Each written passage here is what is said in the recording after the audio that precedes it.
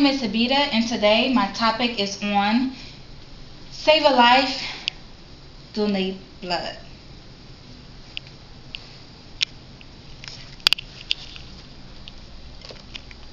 Introduction. The need for blood around the world is growing overwhelmingly. Many lives have been lost due to something as simple as lack of blood. Today, I would like to encourage all of you to save a life and donate blood. Have you ever really wanted something you couldn't get? How did that make you feel? Well, my best friend was 8 years old when he was diagnosed of sickle cell anemia and needed blood transfusion. He was placed on a blood donating list. He was called 4 times during a 6-month span that they had a blood match available, only to find out that the blood wasn't a type O negative. He had to wait again. The 4th time was great. One of his family members had a type O negative blood and was willing to donate.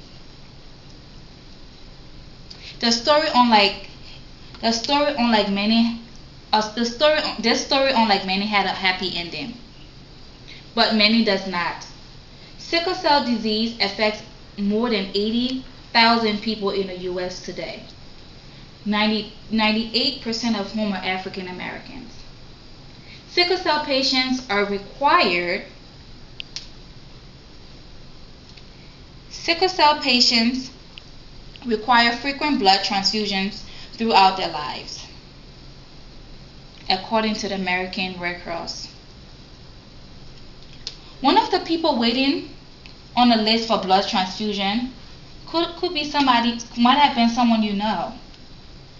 Today, I would like to talk to you first about the need for blood donors in our area, and second, how you can become a blood donor, and finally, how your family and blood donor recipients can benefit from your donation.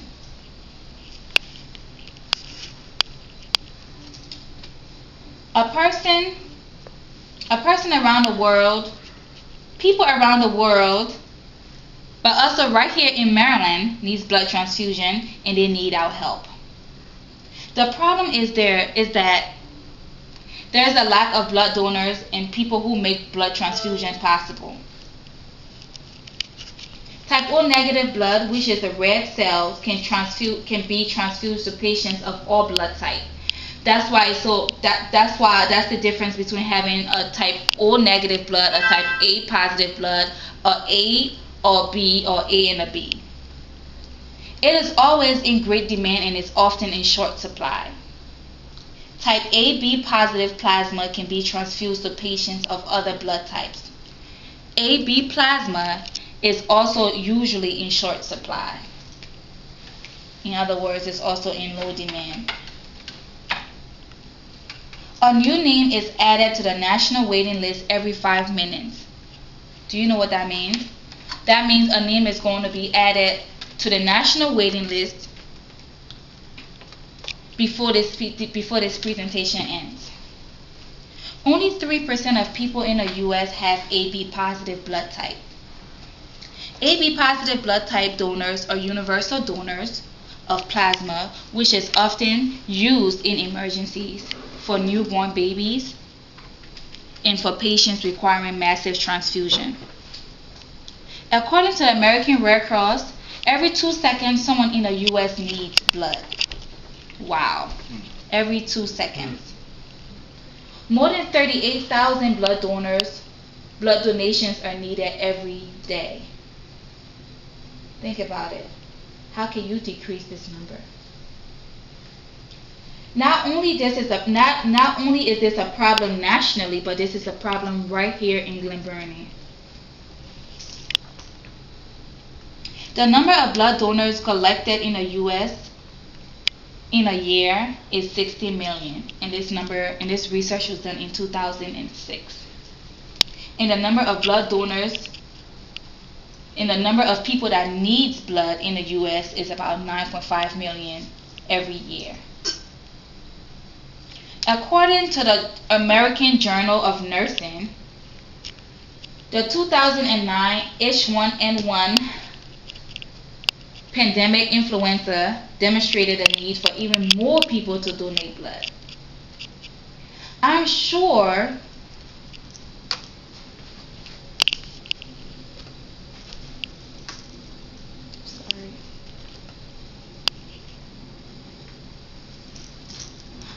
that you see the need for people like you to donate blood.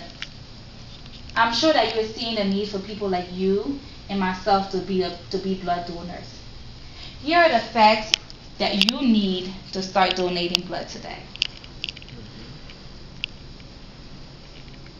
You can call your nearest Red Cross, or you can find the nearest hospital, the nearest hospital in your area, and go down to the blood bank and just inform them that you're willing to donate blood, and they'll be more than happy to help you. But before you do that, here are some things to have to consider or to know before. Here are some facts to know before you drive down or to the closest hospital or your nearest Red Cross. Donating blood is a safe process. A sterile needle is used only once for each donor, and then it's discarded.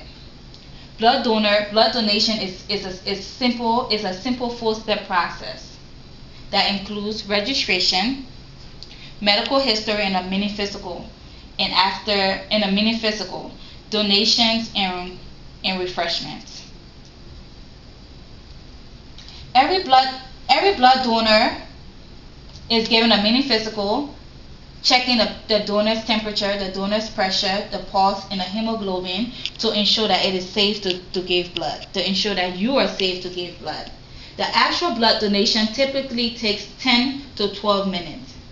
The entire process from the time you arrive to the time you leave takes about an hour, 15 minutes.